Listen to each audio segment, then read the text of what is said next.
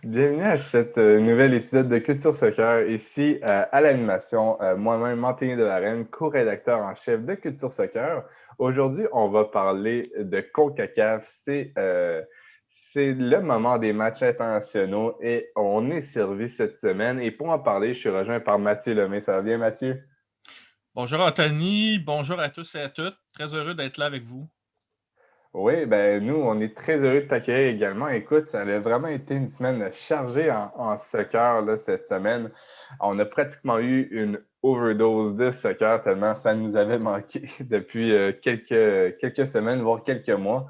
Donc, c'est ça, il y a eu vraiment beaucoup de matchs, que ce soit pour les qualifications olympiques, donc les moins de 23 ans, ou les qualifications pour la Coupe du Monde avec les équipes seniors. Je pense qu'on a vraiment été servis.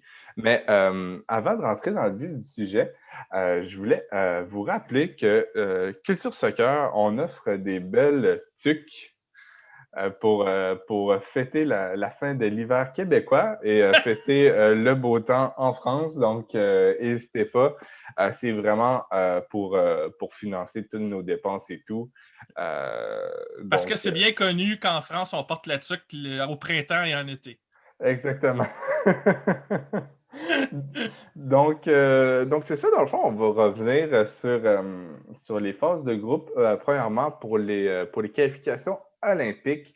Donc, le premier match qui avait eu lieu, c'était le 18 mars, le jeudi 18 mars. C'était les États-Unis contre le Costa Rica. Et écoute, les États-Unis ne l'ont pas eu facile. La sélection américaine qui était présente, c'était vraiment une belle sélection avec des beaux espoirs, surtout de MLS.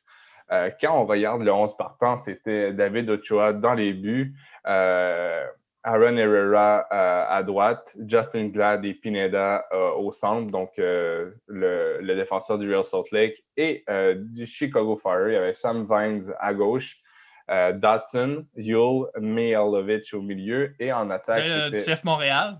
Ouais, exactement, Mihailovic du CF Montréal. Après ça, il y avait Benji Mitchell, Jesus Ferreira et Jonathan Lewis en avant. Donc, c'était vraiment une belle équipe. Je pense que tous les fans des MLS étaient servis dans cette rencontre. Et c'est ça, moi, je m'attendais à peut-être une victoire un peu plus facile du côté des Américains, surtout qu'un joueur que j'apprécie assez grandement comme Marvin Loria du côté du Costa Rica a débuté sur le banc. Et non, les États-Unis l'ont eu facile, pas facile, ils l'ont eu quand même assez difficile. Dans le fond, la victoire est passée grâce à Jesus Ferreira qui a marqué un but à la 35e minute. Toi, Mathieu, est-ce que tu t'attendais à une meilleure performance des Américains? Ben, je dirais que considérant que Jason Kreis y allait globalement, en fait, depuis le début de ce tournoi de qualification pour un 4-3-3, même s'il change des pièces dans son 11 titulaire d'un match à l'autre, cette formation-là, c'est clair qu'il voulait un petit peu plus d'offensive. Malheureusement, le Costa Rica s'est montré quand même plutôt solide, même si on pense que cette sélection-là de U23 du Costa Rica est peut-être pas aussi forte qu'autrefois. On sent qu'il y a peut-être un petit manque de relève là, en ce moment au Costa Rica. Là. Il y a comme une baisse générale, là, un petit peu là, en ce qui a trait à leur niveau, alors qu'à une certaine époque, ils étaient très, très dominants. Ils étaient même deuxième dans la CONCACAF, je pense, à un certain moment. Donc, c'est un peu surprenant de la part de Jason Kreis. Mais ironiquement, les États-Unis sont plutôt solides défensivement. Ils concèdent eux aussi peu de buts. Et c'est ce qui fait que peut-être ils ont réussi à passer au travers de ce match. Mais comme tu l'as dit, quand tu regardes les tirs cadrés, le Costa Rica en a 8, les États-Unis en ont 2. Donc, ça veut dire que le Costa Rica a eu ses chances. Il aurait pu jouer un vilain tour aux Américains. Et je pense que n'UTT, du fait que leur gardien et leur défensive aient pu tenir le coup, ça aurait probablement ça se serait probablement terminé autrement qu'une victoire de 1-0 pour les États-Unis, les U23. Oui, et c'est sûr qu'on parle de la supériorité américaine, mais en même temps, au Costa Rica, c'était pas totalement des joueurs qu'on connaît pas. Comme j'ai dit, il y avait Marvin Loria sur le banc, mais surtout sur le terrain, il y avait Luis Diaz du Crew de Columbus et Randall Leal de Nashville. Donc, moi, j'étais pour Leal. Mais non, c'est ça. Je pense que les Américains ont vraiment resté solides. Et je pense que le Costa Rica ont peut-être manqué d'opportunisme parce que quand on regarde les statistiques, comme tu l'as dit, c'est 8 tirs cadrés pour le Costa Rica et seulement 2 pour les États-Unis. Donc, on voit que les États-Unis ont été assez solides défensivement, mais surtout une excellente performance de David Ochoa, que je l'espère aura le poste de numéro 1 au Real Salt Lake cette année. Ça va lui permettre de vraiment prendre de l'expérience et pourquoi pas essayer de grimper dans l'équipe senior. Donc, non, vraiment pour les États-Unis, ça a été une chaude lutte face au Costa Rica et par la suite, ça a continué face à la République dominicaine. Quand on regarde le score 4-0, on peut... 5-0. 5-0, ouais. Moi, je vois 4-0. Non, c'est 5-0 que ça s'est terminé. Ah, OK. Ben, en tout cas, on dirait que... Randall Leal a marqué 2 fois, Ugalde, Alfaro et Salazar ont été les autres buteurs. Mais ça me permet, puisqu'on va enchaîner tout de suite, ça me permet de souligner que le Costa Rica, c'est 5 buts dans ce tournoi de qualification. C'est tous contre la République dominicaine dans ce match qu'ils les ont inscrits. Ils n'ont pas marqué dans les autres matchs. Alors, ça renforçait un petit peu ce que je disais par rapport au niveau de l'équipe en ce moment. C'est une équipe qui, offensivement, tu as parlé du manque d'opportunisme. Il y a ça, effectivement. Mais il y a aussi le fait que ce n'est plus la même puissance en attaque que c'était autrefois. Ils ont été blanchis dans tous leurs autres matchs de qualification, en fait. Et contre les États-Unis, c'est vraiment dommage parce que face au Mexique, qui défensivement a été très solide aussi dans tout le tournoi, on va sans doute y revenir, ça n'a pas loupé. Le Costa Rica s'est fait sortir, malheureusement, et c'est pas juste par manque d'opportunisme, mais il manque encore peut-être ce sens de la finition, ce côté en attaque qui leur permettrait ou qui leur aurait permis peut-être de se qualifier. Il faut se rappeler là, qu'il il y a ça peut-être à peu près 2 ans, en 2019, le Costa Rica des U23 avait été blanchi contre le Guatemala. À une certaine époque, ça aurait été impensable de voir le Costa Rica être blanchi par une telle équipe. Donc, ça veut dire qu'il y a une petite phase de reconstruction en ce moment dans la sélection costaricienne. Reste à savoir là, vers où ça mène. Tu l'as dit, ils ont des jeunes talents, mais on ne semble pas avoir trouvé comment la mayonnaise pourrait prendre pour que cette équipe-là puisse produire en attaque. Cela dit, contre la République dominicaine, là, cette fois, ça a débloqué. Puis ils ont marqué 5 buts, mais en même temps, les États-Unis en ont marqué 4 aussi contre la République dominicaine. C'est pas tout à fait ce qu'on pourrait appeler une muraille de Chine. C'est au plus, je dirais plus, porte de saloon, la défensive de la République dominicaine. Exactement, mais le Costa Rica a quand même réussi à en mettre plus que le Mexique, parce que le Mexique, ça avait fini 4-1, donc avantage Costa Rica. Mais je trouve vraiment que le Costa Rica, dans cette zone CONCACAF, perd de plus en plus d'importance. Il y a quelques années, même le 3-4 ans, le Costa Rica, c'était vraiment le troisième et il était sur le bas du podium, tout juste derrière le Mexique et les États-Unis. Mais maintenant, on sent que d'autres sélections commence à peut-être prendre le dessus sur le Costa Rica. Je pense au Curaçao. Il y a la Jamaïque qui parfois peut être très intéressante à regarder. Il y a Haïti qui avait une excellente Gold Cup. Donc, j'ai l'impression que ces 3 sélections-là commencent à rattraper le Costa Rica, même voir si ce n'est pas l'avoir dépassé. Quand on voit quand même là, que Haïti, dans cette compétition-là, des moins de 23, a fini dernier de son groupe, mais c'est quand même bien débrouillé. Écoute, un 3-0 contre Honduras, quand ils jouaient, ils ont été en désavantage numérique toute la rencontre parce que malheureusement, les tests de COVID n'étaient pas arrivés. Donc, c'est quand même très rigolo. Ils ont commencé à 10 sur le terrain et puis leur latéral droit, Alexis, a pris un carton rouge. Donc, ils ont fini à 9. Très sévère pour le Costa Rica, ce 3-0. Par la suite, ils ont très bien fait en terminant 0-0 face au Canada. On va revenir un peu plus tard. Et ils ont fini avec une défaite de 2-1 contre le Salvador. Donc, vraiment, quand même une belle compétition pour Haïti si on regarde le contexte. Qu'est-ce que tu as pensé des moins de 23 ici? Ben, c'est quasiment à l'image de leur équipe A. C'est une équipe assez battante, si je peux dire. C'est Ouais. une équipe qui connaît très précisément son identité, puis ils s'y tiennent vaille que vaille et on n'en démord pas. C'est le genre d'équipe aussi qui est capable de hisser son jeu pour être à la hauteur de ce que je pourrais appeler euh, de l'adversaire en face. Comme si Haïti ne montrait aucun complexe lorsque l'adversaire sur papier est supérieur. Haïti sort les muscles, si je peux dire. Va au duel, se montre très, je dirais pas entreprenant, mais plutôt montre une forme de grinta, en fait, contre des adversaires à chaque fois qu'on les sous-estime. Cela dit, tu as parlé du carton rouge, ça a fait mal contre le Honduras parce que, il faut le dire, le Honduras U23, même si c'est une bonne équipe, on est loin de l'époque où le Honduras avait aussi sa période dominante ou sa période plus forte.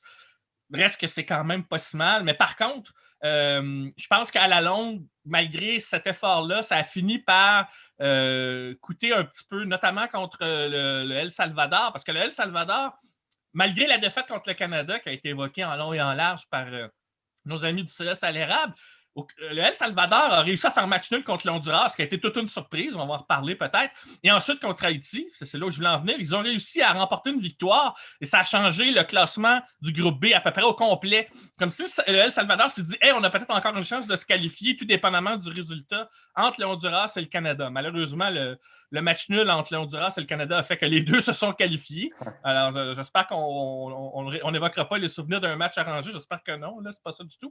Mais quand on regarde ce que Haïti a montré, j'ai comme l'impression que ils étaient un petit peu à court de ressources à cause de la COVID et du manque de personnel sur le banc. C'est même étonnant que le Canada n'ait même pas pu en profiter. Mais le El Salvador, eux, ont su en tirer profit. Le Honduras en a tiré profit aussi. C'est vrai qu'un carton rouge et un joueur en moins supplémentaire, ça vient faciliter un peu la tâche parce que le Honduras, ça a été compliqué après et contre le Salvador et contre le Canada. Mais tout ça pour dire que Haïti, globalement, peu importe les circonstances, et en dépit du fait qu'ils aient été réduits, atteints par la COVID, ils ont quand même montré un visage de battant. C'est une équipe qui joue comme ça, elle n'avait toujours rien à perdre, en fait. Et moi, quelque part, il faut toujours s'en méfier dans ce genre d'affrontement-là. C'est le genre d'équipe que tu ne veux pas sous-estimer parce que c'est effectivement, on se rappelle tous de la Gold Cup là, pour ce qui est de l'équipe A.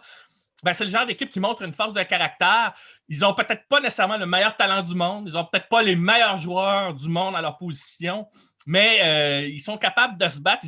Ils ont un côté presque sud-américain, si je peux dire. Ils ont un peu un côté de dire on ne lâchera rien. Vous pensez que ça va être facile de nous prendre. On va peut-être perdre le match, mais vous allez en baver. C'est un peu ça le message qu'on envoie. Et en quelque part, je pense qu'en dépit des circonstances, le sélectionneur peut dire vous avez montré du caractère, surtout, et je veux conclure là-dessus, que c'est pas facile en ce moment en Haïti, la fédération puis de la sélection, par les temps qui courent, là, si on prend l'actualité hors terrain. Ça barde beaucoup en ce moment Ouais. et ça barde aussi beaucoup au sein du pays. On sait que je ne sais plus c'est quelle sélection qui a été très mal accueillie en Haïti. Il y a eu des violences, on a dû appeler la police pour que les joueurs soient à l'hôtel. J'ai lu Ouais, ça quelque part. Mais c'était le Belize, si je me c'était le Belize, là, j'en ai entendu parler de cette histoire-là. C'est juste pour montrer à quel point c'était jamais facile d'affronter Haïti dans des circonstances, mais d'un autre côté, la tâche n'est pas facilitée non plus par les mêmes circonstances. Mais j'aime l'attitude. C'est une question d'attitude et cette équipe-là montre une attitude sur le terrain qui, moi, je trouve, ils peuvent repartir la tête haute finalement. Voilà. Oui, exactement. Puis c'est ça, tout à l'honneur d'Haïti. Puis je pense que euh, toute l'équipe de Culture Soccer, à chaque compétition, on les regarde et on se dit, il y a quelque chose de beau avec cette sélection. Vraiment, c'est ça, c'est des battants. C'est ça, il n'y a comme aucun Ouais. complexe d'infériorité, tout simplement. Puis tu aimes ça voir ça dans ton équipe aussi, même si tu n'as pas de talent. C'est intéressant d'avoir ce genre d'attitude-là, ce genre de caractère-là, dans des matchs en jeu. Exactement. Puis c'est ça, si on continue, on va continuer avec encore les qualifications pour les Olympiques. On va aller avec le premier des derniers matchs, le Mexique-États-Unis, qui a été perdu 1-0 par les États-Unis. C'était une belle équipe, encore une fois, des États-Unis avec encore Ochoa dans les buts. Cette fois-ci, Sébastien Saucedo commençait en tant qu'ailier droit. Saucedo, c'est un des joueurs que j'aimais bien en MLS, ancien joueur du Real Salt Lake qui joue désormais en Liga MX, si je ne me trompe pas. Et le buteur, c'est l'ancien du Galaxy, mais qui est retourné au Mexique. Exactement, Antunia. Et Mihailovic, pour les supporters du CF Montréal, débutait également pour les États-Unis. C'était une défense modifiée si on regarde les premiers matchs des États-Unis. C'était Henry Kessler qui débutait à la place de Justin Glad en tant que défenseur central. Et le milieu également là, était quelque peu modifié avec Cardozo qui joue au Brésil, Perea d'Orlando et encore une fois Dodson du Minnesota United. Donc, c'est ça, c'était encore une fois une belle équipe des États-Unis. Face au Mexique, on s'entend que personne ne s'attendait à ce que ce soit facile pour les États-Unis et ça a franchement été difficile, même si les États-Unis ont quand même ils ont réussi à contrôler le ballon, 54% de possession, mais malheureusement, ils n'ont jamais pu inquiéter les Mexicains avec seulement un tir cadré. Donc, c'est assez décevant. C'était vraiment un match équilibré. Et comme tu l'as dit, Uriel Antuna, à la 45e minute, a vraiment, sur une erreur de Sébastien Soto, si je ne me trompe pas, a vraiment donné les devants au Mexique. Et finalement, les Mexicains n'ont jamais été inquiétés par la suite. Donc, c'était quand même une victoire logique des Mexicains, même si à chaque fois, on espère une victoire des Américains ou des Canadiens face aux Mexicains. Mais c'est ça. Je pense que la logique a resté, n'est-ce pas, Mathieu? Tout à fait. Et ce qui est un petit peu surprenant dans le cas du Mexique pour cette équipe U23, c'est la qualité de leur défensive. Ils n'ont concédé qu'un seul but, tu l'as dit plus tôt, c'était contre la République dominicaine. C'est probablement une situation que peut-être le Mexique se dit, ben, c'est un penalty, donc aucun but concédé en phase de jeu. Et ça veut dire que pour le Mexique, c'est mission accomplie défensivement. Tu l'as dit toi-même, les États-Unis ont été limités qu'à un seul tir cadré dans ce match. Alors, quand tu limites ton principal adversaire à un seul tir cadré, les chances que tu gagnes le match sont grandes. Donc, cette équipe du U23 du Mexique montre un équilibre. En tout cas, peut-être c'est l'équipe la plus équilibrée de toutes les équipes de la CONCACAF pour ce qui est des qualifications olympiques au moment où on se parle. Et en plus de ça, ben, c'est que on est capable de marquer des buts, mais on est capable aussi de défendre et de ne rien concéder lorsque l'adversaire a ses phases de possession et a ses chances de venir menacer la cage adverse. Parce que les États-Unis, finalement, on aura beau dominer la possession, mais c'est demeuré stérile et on n'a pas su trouver les solutions pour briser ce bloc défensif du Mexique qui sont restés très calmes dans l'adversité. Et on se dit en ce moment que dans ces qualifications-là, le seul but qu'on a concédé, comme je le disais, c'est sur penalty. Sur phase de jeu, on n'a rien concédé aux adversaires, peu importe qui est en face. Ça veut dire que cette équipe-là est vraiment prête. Et là, j'avertis évidemment nos collègues du CS à l'érable. Ce fameux match de demi-finale contre le Canada, ben, le Canada va avoir intérêt à manger des croûtes pas mal parce que ça sera vraiment, vraiment pas facile contre le Mexique. Oui, et ça n'a pas été le meilleur tournoi pour les Canadiens également. On peut en parler un peu maintenant, mais c'est ça. Honnêtement, ça a été. La compétition a commencé avec une belle victoire de 2-0 face au Salvador. Une victoire signée Tajan Buchanan.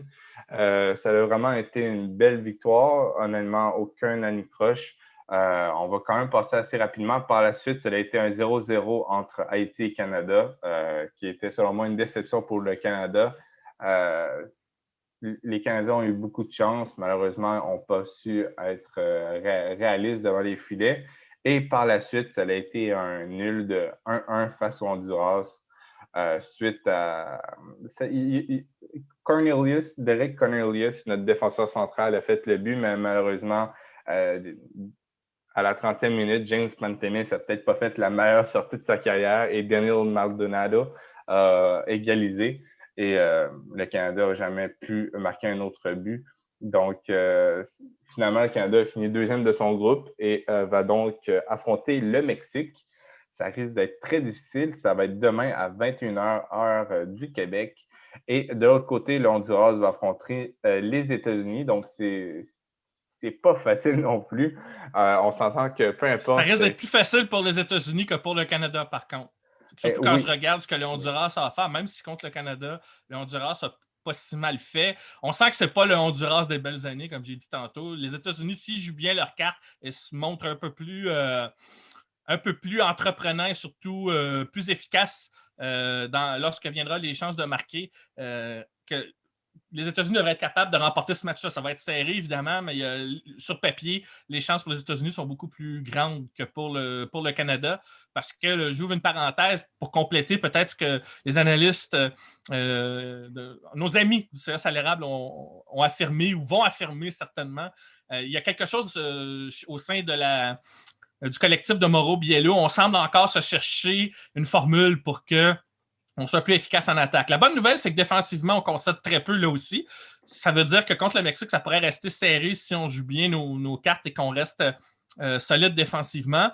Par contre, au niveau de l'animation offensive, on semble encore se chercher. Contre le Honduras, Mauro Biello a tenté de brasser un peu la soupe. D'ailleurs, on a vu Zoran Bassong jouer un peu plus haut sur le terrain. On a vu Balou Tabla jouer devant et Tayon Buchanan jouer un peu plus derrière, c'est-à-dire à l'aile droite au lieu de le mettre un petit peu plus excentré.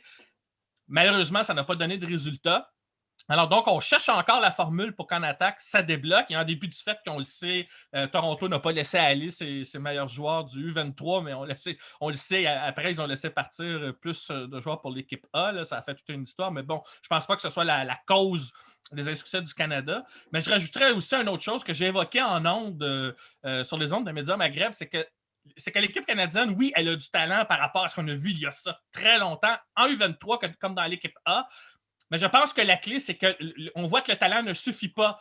Et quand on n'est pas encore habitué dans des matchs en jeu comme ça au sein de la CONCACAF, comme on a été longtemps un peu resté dans l'ombre et qu'on a longtemps eu cette étiquette de perdant, là, c'est beau de dire on a du talent, on va progresser, mais il faut apprendre à gagner, il faut apprendre à jouer dans l'adversité, surmonter juste le fait de gagner que par le simple talent. Il faut qu'à un moment donné, que collectivement, on montre, on revient à des notions de base, on montre de l'équilibre sur le terrain, on montre du caractère. Contre Haïti, on l'a vu, Haïti a montré plus de caractère.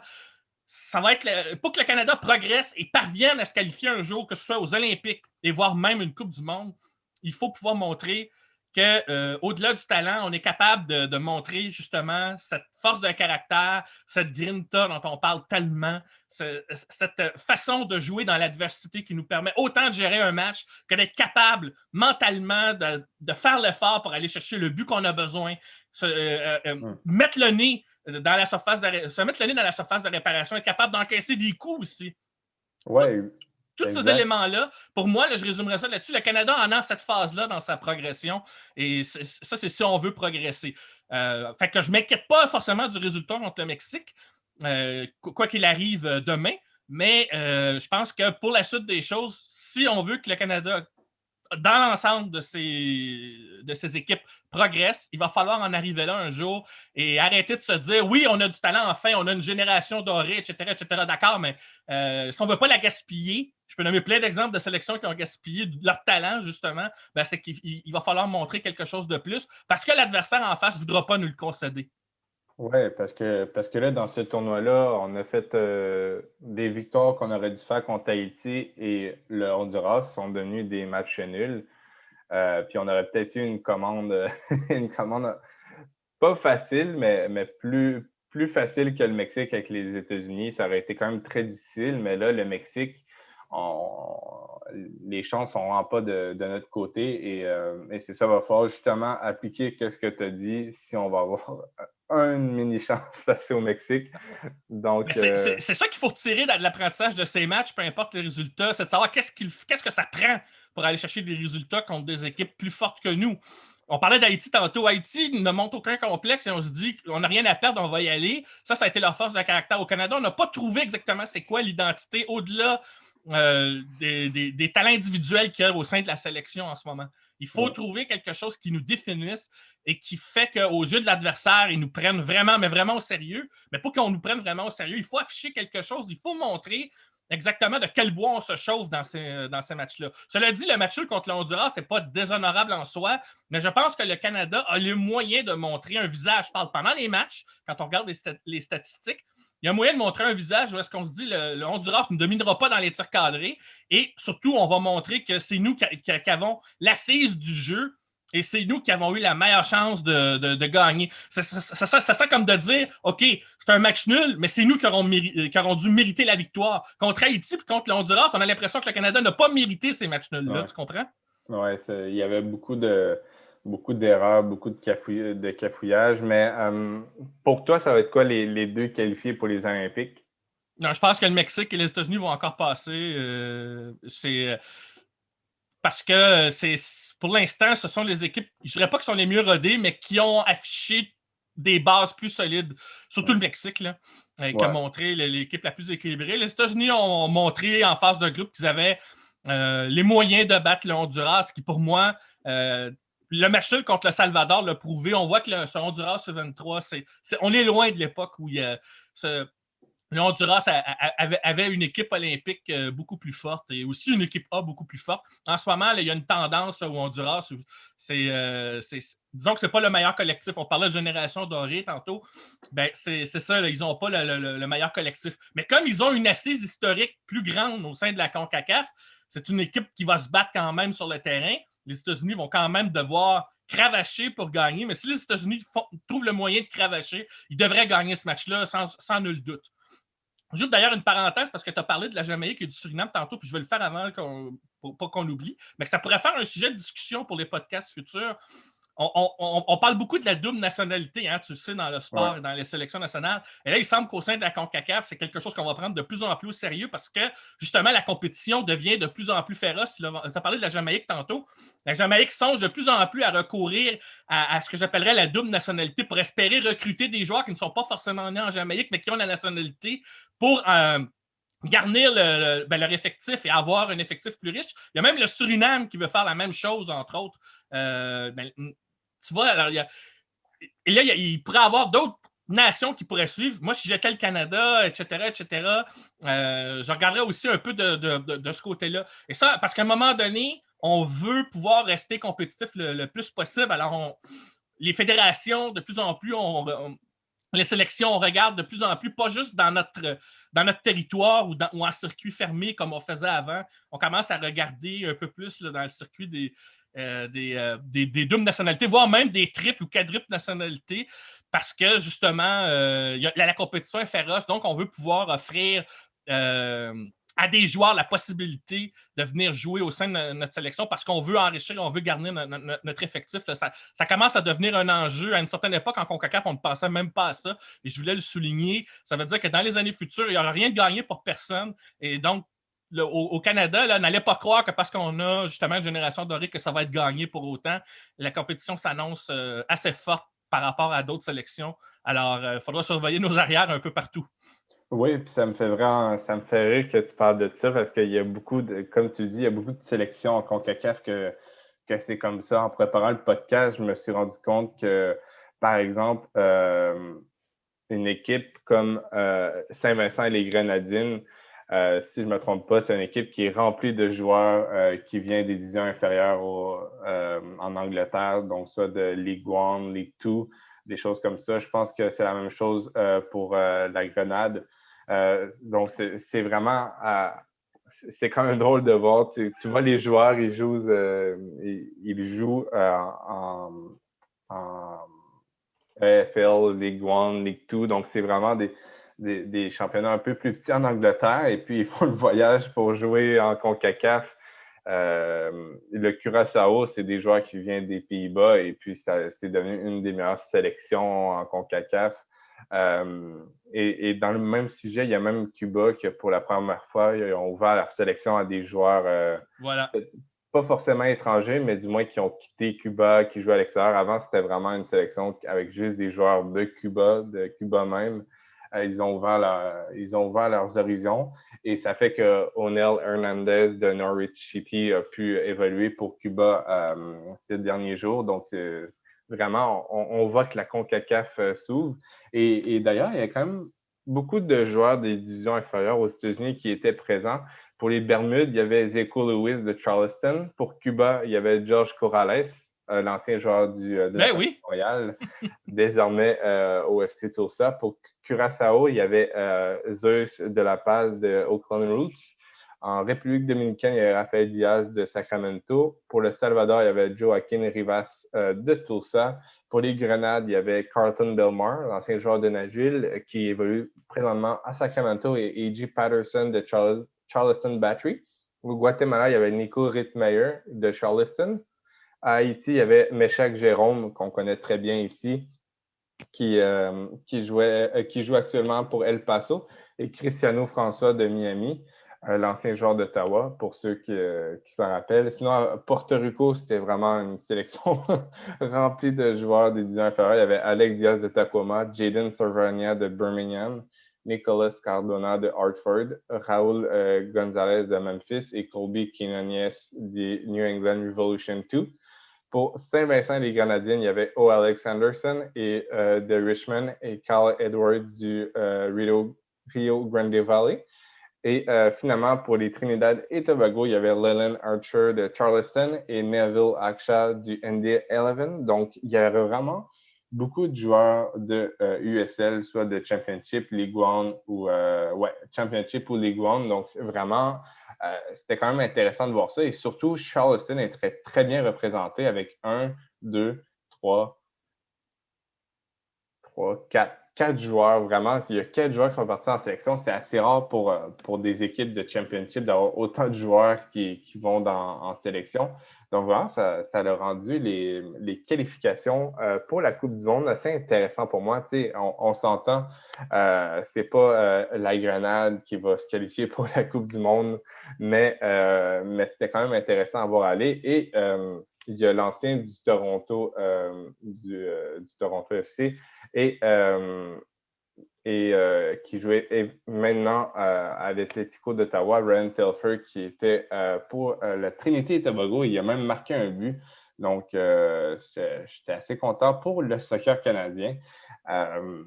Mais c'est ça. Donc, Puis peut-être rapidement, quand je parlais de ce phénomène-là, il faut-il le rappeler qu'il n'y a pas si longtemps, la FIFA a assoupli la règle pour ce qui est des binationaux afin qu'un joueur puisse changer de sélection en cours de route.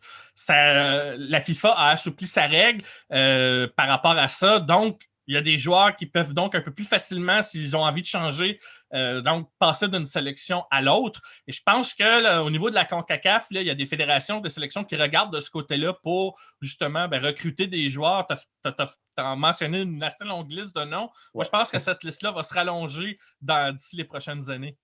Oui, exact. Et c'est ça, je pense que désormais, les sélections, c'est pas chercher comme, mettons, une sélection comme Porto Rico, ça ne sera pas d'aller chercher des joueurs à Porto Rico, mais vraiment essayer d'aller voir aux Et voilà. États-Unis, c'est qui a un grand-père qui vient de Porto Rico, des choses Et comme voilà. ça. Donc, Tout à fait. Mais de toute façon, une des blagues qui cause, c'est que Porto Rico devienne un 51e État américain. Enfin, bon, bref, ça, c'est souvent la blague qui court. Alors, chercher un grand-père d'origine portoricaine, je pense on pourra trouver n'importe quel prétexte. Je ne sais pas trop ce qui va se faire, mais il y a beaucoup d'équipes qui vont cravacher. Quand la Jamaïque est rendue à penser à ça, alors qu'à une certaine époque, la Jamaïque, ce n'était que des Jamaïcains ou des natifs pour la très grande majorité.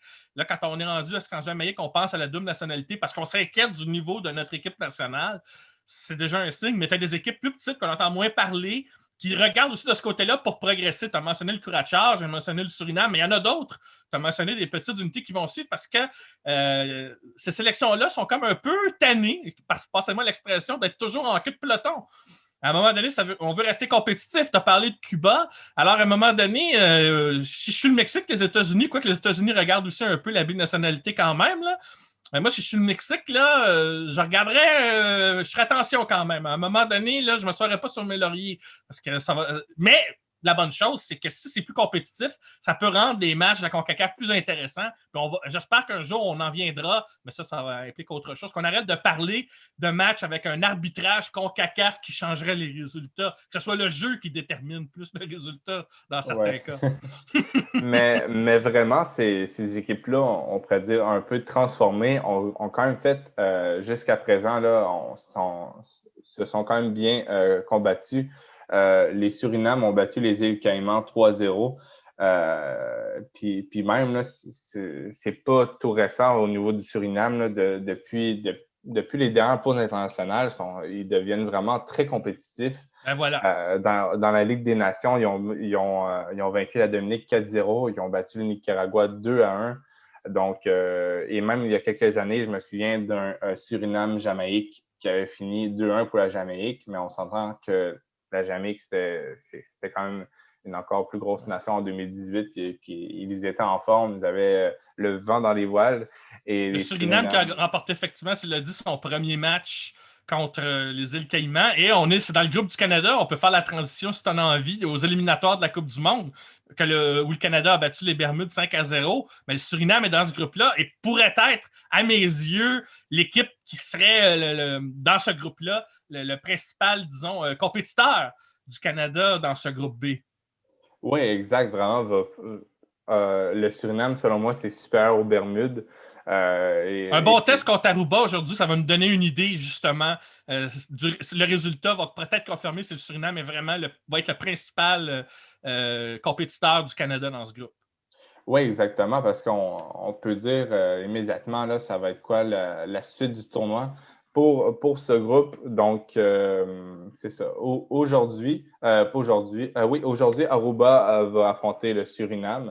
Donc, ça va être intéressant de voir le niveau des deux équipes pour voir la suite pour le Canada. Par la suite, le Canada, demain, va affronter les îles Caïmans, qui, selon moi, c'est une équipe inférieur aux Bermudes, mais on va voir avec les résultats. Sinon, par la suite, mardi prochain, les Bermudes vont affronter Aruba. Les îles Caïmans vont affronter Aruba, mais ça, c'est en juin. Donc, je m'excuse, je me suis trompé, mais c'est ça. Les Bermudes vont affronter Aruba le 30 mars, donc dans Mardi. 3 jours. Et j'essaie de chercher, ça va être quand, au niveau du Canada. Ça ne sera pas très long.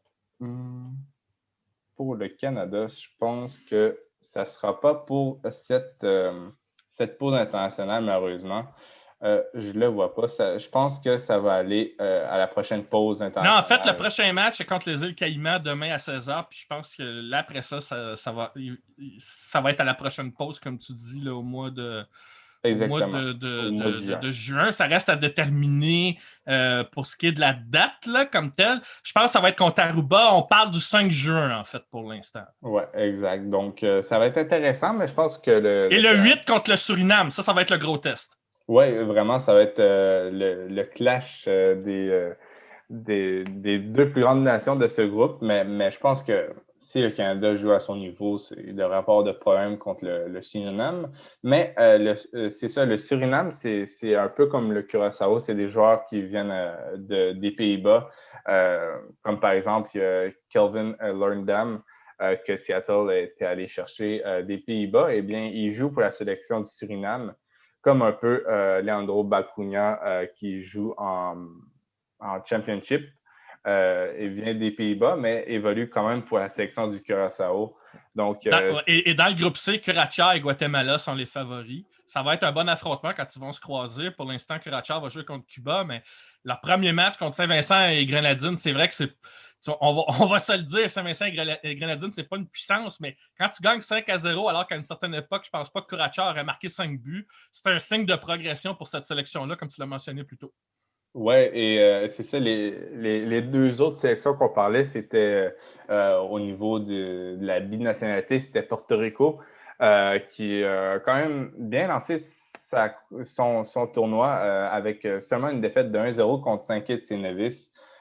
Saint-Kitts et Nevis, on est habitué de les voir, ils peuvent quand même jouer les troubles-fêtes souvent, et Porto Rico a quand même bien récité avec un Ouais, 1-0. c'est ça. C'est dans le groupe F. Trinité et Tobago part un peu favori, mais après ça, c'est un peu ouvert pour la seconde place. Fait que malgré une défaite de Porto Rico contre Saint-Kitts et Nevis, c'est pas joué encore dans ce groupe-là avec les Bahamas et la Guyane. Mais encore faut-il que Porto Rico ne tarde pas trop là, pour rester dans la course.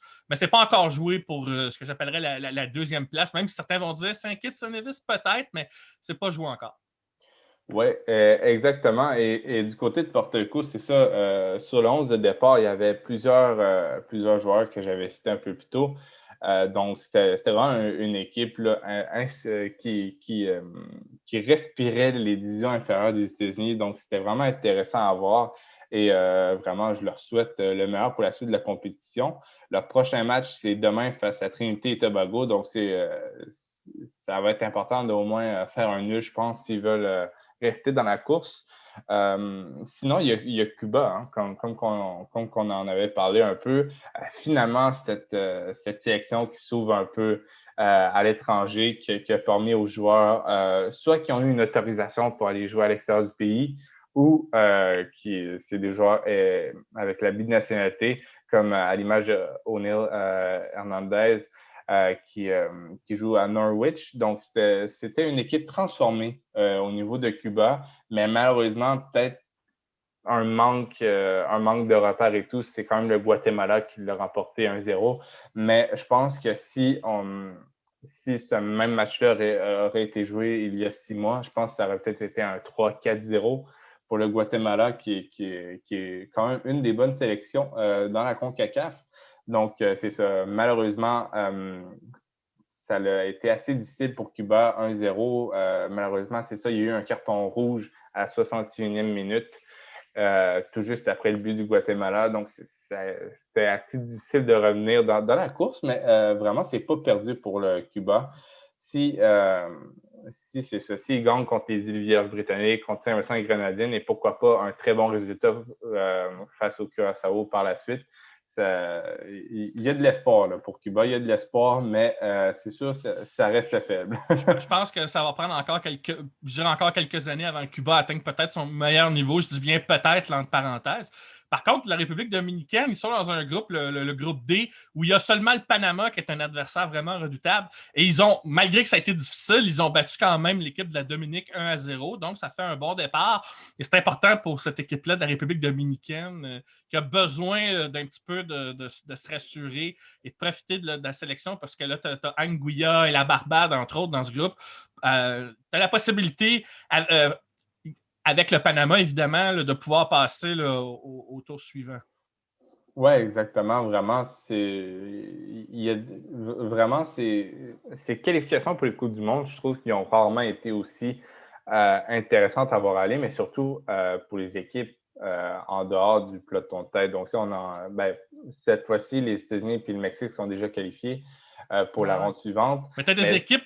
T'as des équipes dans les groupes qui se disent c'est sûr qu'il faut faire attention, il faut garder un peu ce que j'appellerais là, une réserve. Mais par exemple, dans le groupe A, El Salvador doit se dire avec Montserrat, Antigua et Barbade, les îles Vierges et la Grenade, si je me qualifie pas, il y a un sérieux problème. Ils ont battu la Grenade 2-0 d'ailleurs.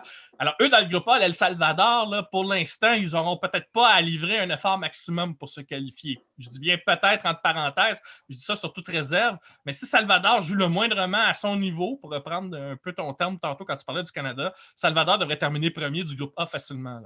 Oui, ouais, exactement. Donc, c'est ça.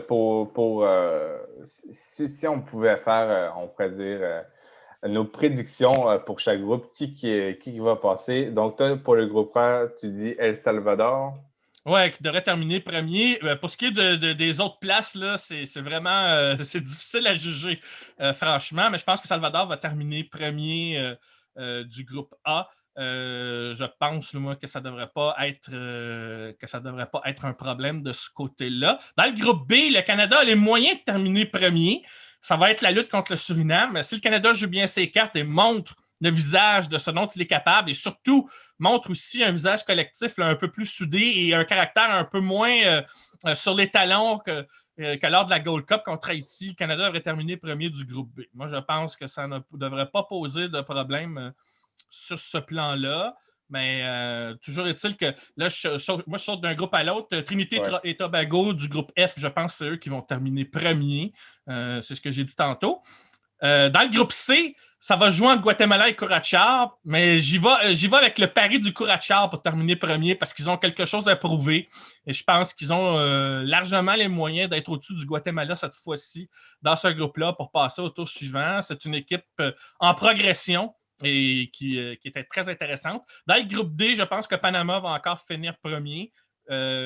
C'est encore l'équipe, mettons, la plus expérimentée ou la plus solide, disons, ou qui offre plus de garanties, pour reprendre une expression consacrée. Et dans le groupe E, on n'en a pas beaucoup parlé, mais ça va jouer entre Haïti et le Nicaragua. Mais bizarrement, je vois Haïti finir premier parce qu'ils ont montré encore une fois beaucoup de caractère. Et je pense pas que le Nicaragua soit assez fort face à cette force de caractère que représente Haïti. Donc, je pense que dans le groupe E, c'est Haïti qui va terminer premier. Voilà. Alors, j'ai fait le tour de mon côté.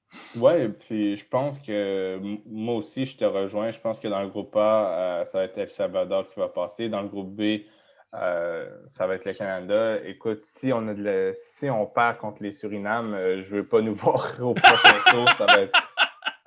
Mais ça va être un gros test, mais c'est là où le Canada devra montrer que hey, là, on n'est pas juste supérieur sur papier. Il faut le montrer sur le terrain parce que l'adversaire en face, là, eux, ils vont vouloir montrer ce dont ils sont capables.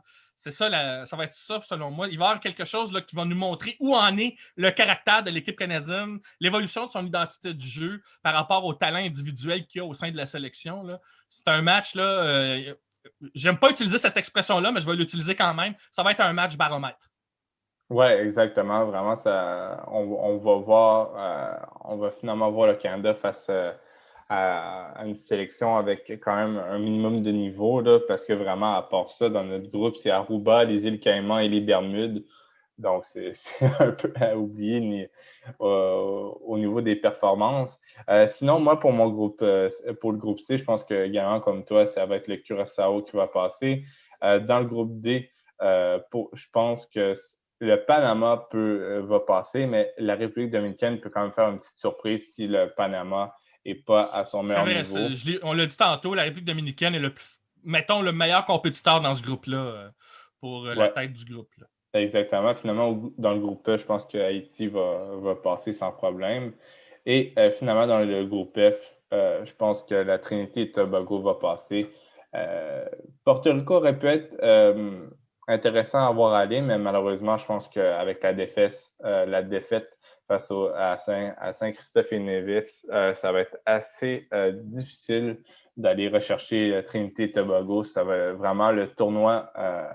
Le tournoi pour. C'est une sélection qui a de l'expérience de ce genre de compétition. Ils ont quand même quelques bons joueurs, certains qu'on connaît, comme Ryan Telfer, entre autres. Moi, c'est le genre d'équipe qui, généralement, joue au niveau auquel on s'attend. Et c'est-à-dire qu'ils vont être ça va être plus compliqué face à des équipes plus fortes, mais quand elle est au-dessus du lot, en général, le Trinité Tobago gagne ces matchs-là. Oui, exactement. Et tu sais, Trinité et Tobago, souvent, on l'oublie, mais c'est la sélection qui a éliminé les États-Unis dans cette même qualification pour la Coupe du Monde, mais en 2018. Oui! Et c'est ça, vraiment, c'est une belle équipe. Oui, effectivement, c'est le genre d'équipe qui, à un moment donné, connaît, a plus de chances de connaître, si on veut, un moment de grâce, plutôt qu'un moment où ils sont vraiment, vraiment en dessous de tout. Oui, exact. Et vraiment, Neville Eksha, qui joue à Indy 11, c'est un des meilleurs défenseurs en Championship. Ryan Telfer, c'est un des meilleurs attaquants en CanPL. Il y a Joevin Jones, qui jouait au Seattle Sounders, qui est désormais à l'Inter Miami, qui à son meilleur niveau était un des meilleurs latéraux en MLS. Sinon, c'est ça, il y a Colin Island. Il y a Sheldon Bateau, ne faites pas de jeu de mots, s'il vous plaît. Donc, c'est ça, il y a quand même beaucoup de qualité là, du côté des Trinité et Tobago. Et j'espère vraiment pour eux qu'ils vont poursuivre leur lancée et qu'ils vont aller au prochain tour parce que ça serait beau. J'ai pas fait les mathématiques et tout, mais ça serait beau qu'au prochain tour, on ait accès à une confrontation États-Unis, Trinité et Tobago. Tout pourrait arriver. ça promet beaucoup. Exactement. Donc, je pense que ça fait un peu le tour de ces compétitions internationales-là. Et vraiment, c'est vraiment intéressant là, de On va voir. souhaiter pas trop de concacafiage. Pardonnez-moi le néologisme. Exactement. Exactement. Donc, merci à toi, Mathieu, d'être passé au podcast. C'était vraiment intéressant de discuter avec toi. Ah, c'est avec grand plaisir et on se dit à la prochaine fois. Exact. Oui, à une prochaine fois. Et pour tous ceux qui l'auraient déjà oublié, n'oubliez pas les trucs Culture Soccer si vous voulez rester au chaud pour le début du printemps. Au Québec, on a eu des belles températures, mais ça redescend Ou quelque alors, peu. prenez de l'avance sur l'hiver prochain, on ne sait jamais. Exactement. Et sinon, pour tous ceux qui ont trouvé que dans ce podcast, il manquait de Canada, c'est parce qu'on ne voulait pas de voler de contenu à CSL Érable. Donc, si vous voulez ne rien manquer du Canada, je vous invite à aller écouter leur podcast qui va sortir soit mardi ou mercredi prochain. Donc, pour ne rien manquer, allez vous abonner à nos podcasts. Donc, Culture Soccer, surtout vos applications de podcast, mais Surtout qu'on a également. surtout qu'on a trois experts en ce que j'appellerais le football, le soccer canadien, Adi Raphaël, mon ami de toujours, Daniel Cameron et maintenant Alex Rupert. Leur expertise est incontournable, alors donc allez les écouter. On ne voulait pas marcher sur leur plate-bande trop. Alors, on voulait leur laisser toute la place, même si on en a parlé un peu. Alors, allez les écouter, on ne saurait trop vous encourager à le faire. Exactement. Donc, vous avez tout simplement à rechercher CSL Érable sur votre application de podcast préférée ou sur YouTube et vous allez pouvoir les écouter. Donc, je vous remercie de nous avoir écoutés et je vous souhaite une très bonne journée